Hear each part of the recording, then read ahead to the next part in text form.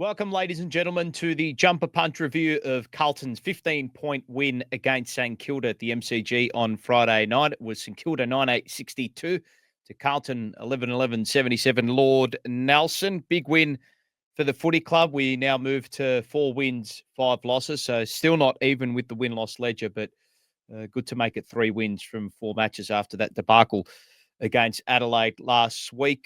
Fascinating game of two halves, really, when it came to game style and the way in which both teams approached this. Of course, Carlton were hindered slightly with some injuries in game, which had to be managed well. So we'll delve into all of that and a little more. Make sure you like, subscribe, leave a comment as to how you think Carlton performed and your overall synopsis of the game. Again, like, subscribe, comment, share the video around. Fascinating contest. I thought we started really well offensively. Defensively, we're a little unlucky to concede some early goals, but it was fascinating to see the way in which we defended after quarter time. St Kilda and Ross Lyon made a real emphasis of attacking that outer side wing on the Shane Warnstand side of the ground and outnumbering us from their defensive half ball movement. And we were outnumbered sort of 2v3, 3v4 a couple of times up until about 25 minutes into the first quarter. And the Blues eventually cottoned onto it and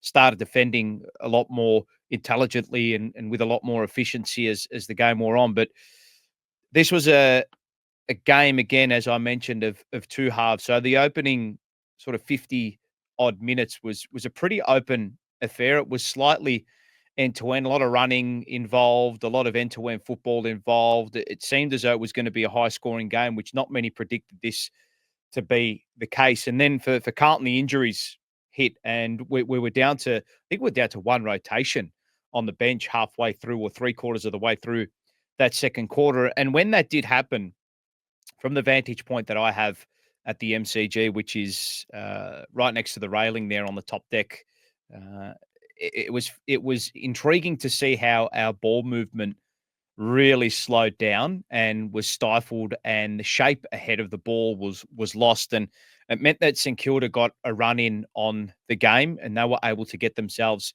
back into it, and it just continues to show us how.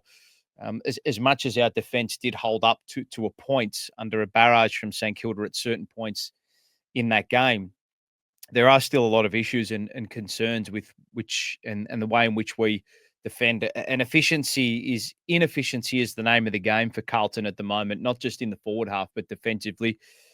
The problem is with us at the moment, and again, people will reference this being a strong defensive performance. To a point, it was gritty and resilient, but it's still, I was happy with the win, obviously, and happy for a couple of individuals, which I will get onto, but it's still not the level required. It's still not where it needs to be at this particular point in our phase of progression. And we threw a lot of numbers behind the ball and sort of tweeted during that second quarter that I was worried that the ball movement was going to continue the way it did into that second half. And I thought it was by design to a certain point. We tried to slow the game down in the final sort of 7 to 8 to 9 minutes of that second quarter, probably to manage the legs, to hold that lead into halftime and just recharge heading into the second half. And the third quarter was a fascinating one. And I've never seen a team work that hard for one goal. And the way in which we have an inability to slow the game down, to defend with ball in hand, right? And then to still score when that happens. So when I talk about defense, and I promise you I will be on the Jumper Punch on Tuesday, right?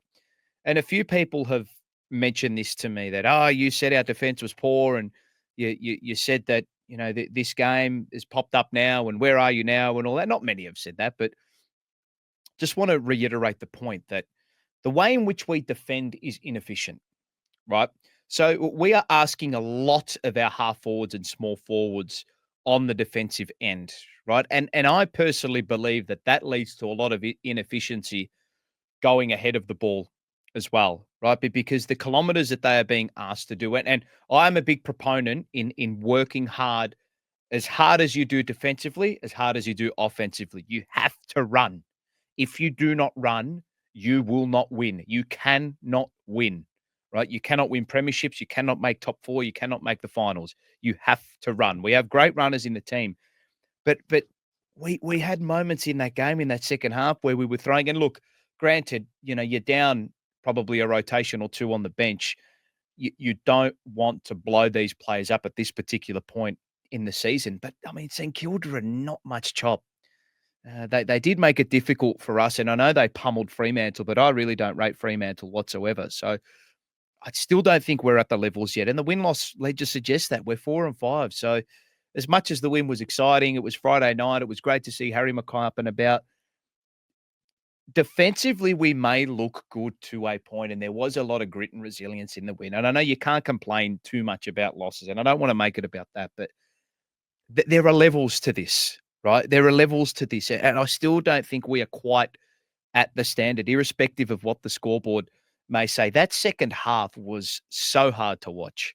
So hard to watch. The rolling maul, St Kilda sent numbers up to the stoppage, and I think Ross did get a few things wrong in this game. I think he was too worried about Carlton being physically or having a physical advantage at the stoppage, which I found really fascinating. I thought he would really try to open the ground up and open the game and run Carlton off their legs. And you saw when St Kilda did move the ball really short, that they were able to hurt us.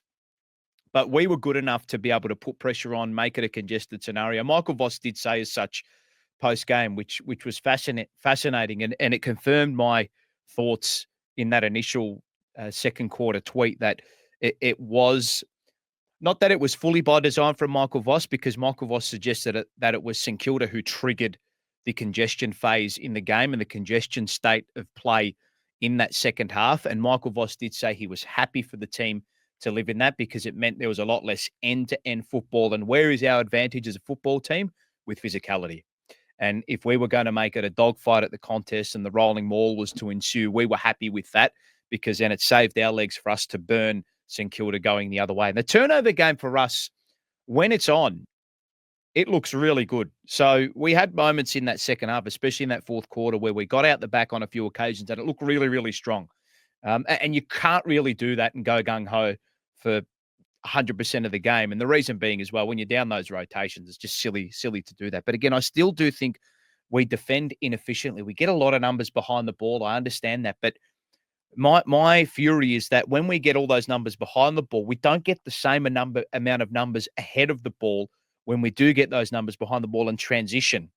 And that is a big issue for me at the moment. So as much as our defensive profile may look amazing, I still think it is on the back of us being inefficient with which the way we defend, which then in turn leads to being inefficient in the way you attack, right? And look, is that relinquishing a little bit more control and some less bodies behind the ball to flare up your offensive end?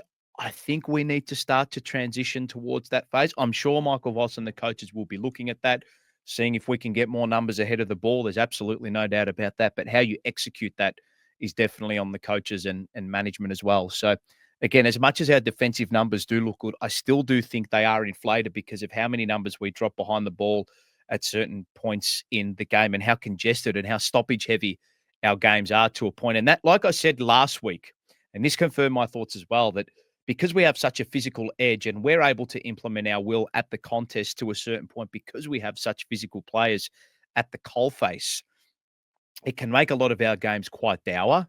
So to me, it doesn't quite look like a sustainable model going forward. But the beauty of our team is we have these talented players on the offensive end who can make horror shows ball in hand and a horrible game state like it was in that second half look so much better than what it is because we've got such good finishers in the team. Charlie Curnow, Harry Mackay. Just look at the goals that Charlie Curnow and Harry Mackay kicked on the weekend, right? There are a few that were quite simple, right? But those two goals, one Charlie Curnow kick from 55, that is just because he's such a good footballer. And those footballers have these moments with which I call the F your tactics moments, right? So they can turn a game around with an incredible action of brilliance. And that's what we saw on the weekend. Harry Mackay, that set shot from 45 out on a very, very acute angle. And then Charlie Curnow, the same thing in the first quarter. So we have those type of players in our armory. So on my end, again, I still think we need to. There were some great defensive acts, but that brilliance, right? I think we need to forego a little bit of that defensive drop off and getting numbers behind the ball to a certain point to help our offense out as well. And if we can get to a point where as a list and as a squad, we can file back as many numbers behind the ball like we do ahead of the ball as well, then we will become a fantastic football team. I have no doubt about that.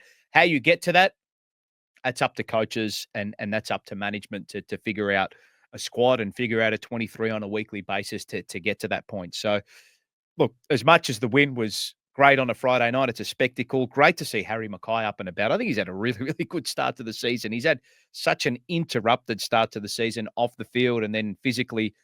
He's had a few moments as well. He had the fractured cheekbone against West Coast. So really liked his game. And I expected us to get on top of him. If you had a watch of the preview, that was the area for us. The bookends was always going to be it was always going to be an advantage for us and a physical edge for us. As well. So, look, I'm pleased with the result. Obviously, the performance. Look, in context, that second half, I think it was the right thing for Michael Voss and the team to do to sit in that congested mall and to sit in that type of game style. But again, when we slow the game down, which is a part of your defense, right? And ball movement is a part of your defense. How you can control the ball, slow the game down, take the sting out of it, and stop the opposition from scoring. Not when they have the ball and you stop them from scoring, but when you have the ball and stop them from scoring. That is a facet of defense that we really struggle with, those middle gears that we do not have. And in turn, can you also create scoring opportunities and scoring chains from that as well? Do we have the players to adhere to a system like that? Is that our identity? Probably not. We have to embrace that chaos a little more. And when it is chaotic, that's when I think we're at our best. Providing context to this game, we probably couldn't be as chaotic because of the lack of rotations. But in my mind, I think we need to really start to figure out a way to control games, because if you look at a lot of world sports, control does win you matches, and overloading opposition does win you matches and titles and premierships and finals and whatnot. So whether or not you can tweak the way in which you play, and I'm sure they're trying to train control into them and trying to train gears into them, but whether or not you're able to execute it, that's the big question. So again, for me, there are still issues here, and I think we would be naive to suggest that there are not issues, because St Kilda are well behind us when it comes to our progression and where we're at as a football club with regards to experience, games played, the talent we've got on our list, the physical edge we have against them and had against them in this particular match. And the score line, I think, I don't think it flattered either team. I think it was there or abouts. We're quite inefficient when it comes to defense and offense, and St Kilda are just not quite at the level talent-wise and experience-wise as well. So, look, overall, a solid enough performance. If I was to rate it out of 10, it was probably I'd probably say 6.5 out of 10, maybe pushing a 7, just given the scenario for us in the second half as well. So good of the lads to grit it out. Good to sing the song on a Friday night and head into the weekend with a win. The game against Sydney is going to be a fascinating contest. I've done a bit of research and analysis on the game so far. So a fascinating contest. And the reason being is because there are going to be a lot of changes compared to the last time we played them. So just to go through some interesting numbers with regards to our game, our scores from turnover this weekend were really, really high, 9-5-59 to 5-5-35. So we did St Kilda over there. Now, there is a stat here suggesting that there were no scores from kick-ins, but we did concede a goal from a kick-in. It was in the first quarter. Jackson Binns tried to clear the ball out of fullback, and it fell, I think, into the lap of Caminiti, who went back and ended up having the set shot. Scores out of defensive half were solid enough. We were beaten scores in forward half, which is, I think, understandable given the game state in the second half as well. So you have to provide context around this game and the lack of rotations to a certain point. But again, I still don't think it was really at the level required for us to be considered a bona fide premiership elect. But again, the fact that I think everybody knows we need to improve efficiency-wise, I think is a good thing. And I think we know where we need to go a lot better. VFL lads had a good win on the weekend, so there are a few players pushing for senior spots as well, which we'll get into on the jumper punch on Tuesday night. So Look, not the prettiest game of football I think we have ever seen. We're also beaten scores from stoppage. So good to see our turnover game fueled, and it had to be. And Michael Voss did say we had to wait and wait and wait and then take our moments, which did happen in the second half, even though they were few and far between. And it was a bit of a hard watch in the second half, no doubt about that. So looking at the transition numbers as well, there are still a few little issues there, scores on transition, but I think we can just look at this game in isolation and not particularly focus too much on it, just given the context of the game. I think we'll get a clearer picture of where we're at when we head over to the SCG against Sydney. So going through some of the individuals, which I always like to do on these particular ratings and these particular reviews. We'll start with the highest rated player on the ground for Carlton, which amazingly enough was Lewis Young. Can you believe that? High impact from Lewis Young this weekend. Played his role well. He was the player that was, it looked as though before the first bounce, it looked as though he was assigned to not really a lockdown or tagging role, but he was assigned, I think, a negating role and a pestering role on the St Kilda key forwards in a bid to try and free Harry Mackay and Charlie Curnow up. And it did work early in the game as well. Obviously, we had to swing him down back. Tom De Koning in that battle with Rowan Marshall, I think they split the battle there. I think it was a 50-50 call. Maybe Rowan Marshall edged it, but Tom De Koning was okay. Wasn't his greatest match. Patrick Cripps, a few people said he had a really good game. It was a workman-like performance. It was a blue-collar performance from Cripps, and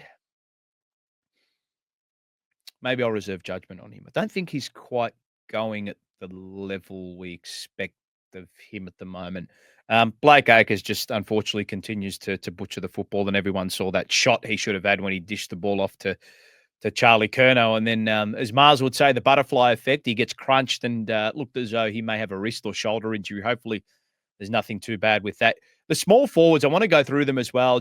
Jesse Motlop, Will White, Francis Evans to a certain point, Corey Durden to a certain point. Wasn't a game for small forwards at all. That congestion, it did start to open up in the back end of the game, and that's where you saw Jesse Motlop get involved. And you saw Jesse Motlop get involved early in the game when it was chaotic and it was end-to-end to a certain point. Frankie Evans, I think he's going to be replaced by Lockie Fogarty. I don't think that hamstring niggle for Lockie Fogarty is too serious. So, look, again, I don't want to harp on about Frankie Evans. He is a low output pick. He's a very, very low risk pick. We've given up absolutely zero for him. He's taking up a spot on the list. He'll probably go down to the VFL, and he's going to hold up his end of the bargain in the VFL like we saw against Coburg. So, yeah, again, I don't want to harp on about those small forwards. It wasn't really a game for them, but great to see Jesse Motlop stand up. And good to see Will White get on the scoreboard as well. He's making a knack of it. He's making a knack of getting on the score sheet, young Will White. Cooper Lord, thought he stood up really well. His work rate for that effectively sealer in the last quarter, just go back. I think Carlton have put some footage up of it as well.